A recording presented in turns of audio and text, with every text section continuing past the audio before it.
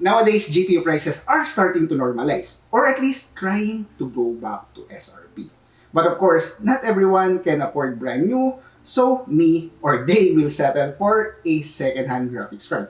And even though second-hand is really getting cheap, there are still some who are on a really tight budget. So for this video, we tried to set our budget for less than 3,000 pesos. And luckily enough, we were able to get an NVIDIA Quadro card. Okay, you might say that this is not a gaming graphics card. Yes, that is actually true. But this one can actually improve your gaming experience if you are previously using an integrated GPU. And in addition, this is not just for gaming, but also increase your work-related application like video editing because it has video encoder. Okay, for the Quadro card that we have here, it is the model P620.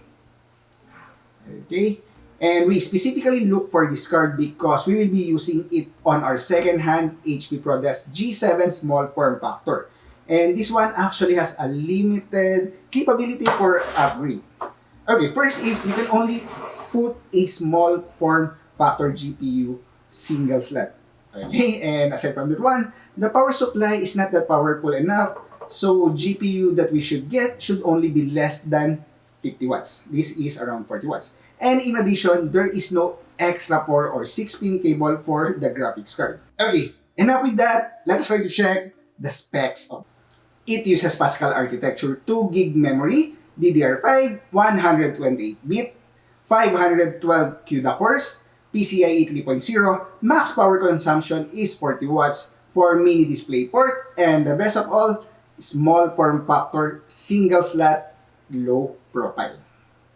Now, let me show you on how our HP ProDesk 400 G7 performs using the integrated GPU.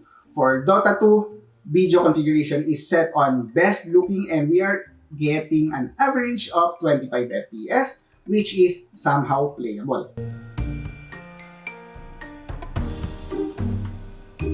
For CSGO, we are also getting around 25 FPS, but this is not actually playable. A lot of stutters with this setting set to high configuration.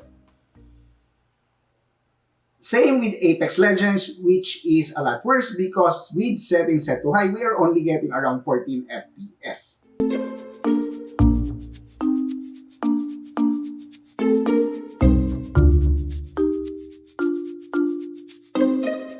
While for Genshin Impact, we are only getting around 16 FPS. And yes, it is somehow playable, but it's not a great gaming experience.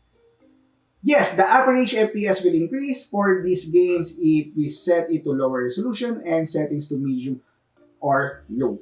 But that will definitely kill the experience. And of course, we have tried to export a 9-minute video on Adobe Premiere and it took us around 19 minutes and 45 seconds to complete.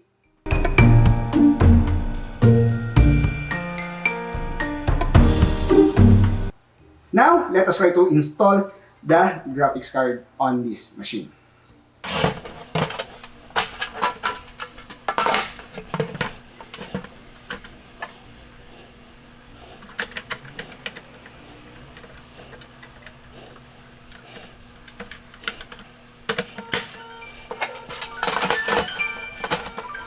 Now, let us see the performance using the NVIDIA Quadro P620. First, with Dota 2, settings are also configured to the best looking and we are getting around 75 FPS. It is more than triple the FPS that we get earlier, which is around 25 FPS on average.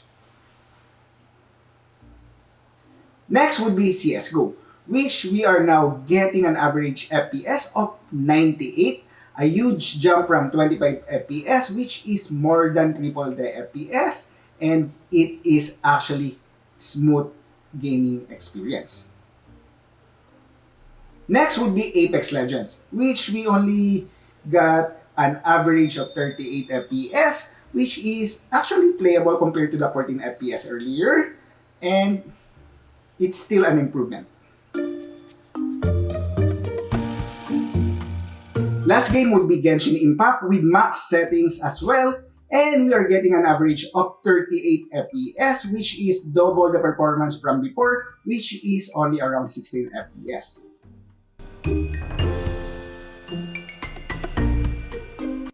Last test would be exporting the same 9-minute video from Adobe Premiere, which actually completed in 6 minutes and 6 seconds.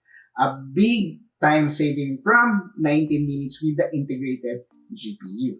Now for the conclusion, is this GPU worth it? For only 2,500 pesos second hand?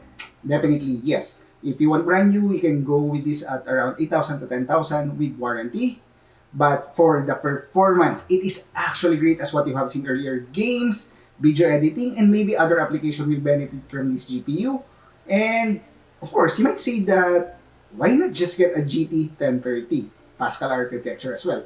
Yes, that is also an alternative since it has low profile, small form factor, but it does not have video encoding or NVENC, and it only has 384 CUDA cores compared to the 512 CUDA cores on this P620. But guys, always remember, if you are getting a second-hand unit on the marketplace, please be extra careful because there are a lot of scammers selling this one that it actually works, but it's actually defective. And I think that will be all, guys. I hope you learned something from this video. If you have comment and suggestion, comment down below or message me on JK Chavez at FB. Again, thanks for watching. Have a great day. Stay safe and bye!